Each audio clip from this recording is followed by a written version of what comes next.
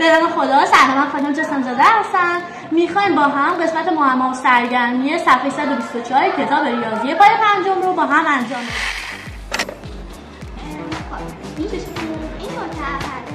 این شکل مکعب چند تا وجه داره؟ 6 تا وجه داره. چند تا یال داره؟ 12 تا یال داره. و چند تا گوشه داره؟ 8 تا. خب آرام جان، چجوری ما حجم این مکعب رو به دست میاریم؟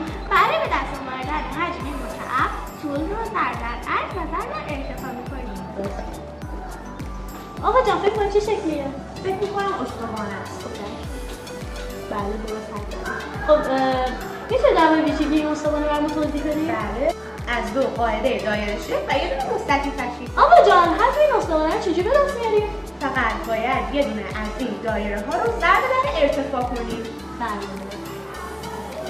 خب جان این چه نوع زوزنقه‌ایه؟ این یک زوزنقه متساوی ساقین هسته. حالا میشه مثلا این زوزنقه رو برام حساب کنیم؟ بله. برای به دست آوردن مساحت زوزنقه باید اول جمع دو تا قاعده رو حساب کنیم، ضرب در ارتفاع کنیم و بعد تقسیم بر دو کنیم. نه. خب بهسا جان فکر می‌کنیم چه شکلیه؟ فکر می‌کنم دایره است. خب آفرین درست بود. خب حالا میتونیم محیط این دایره رو برای ما حساب کنیم؟ بله، باید قطر رو ضرب در عدد پی بکنیم. خب آینده چه عددیه؟ 3 ممیز 14 صدم. آفرین.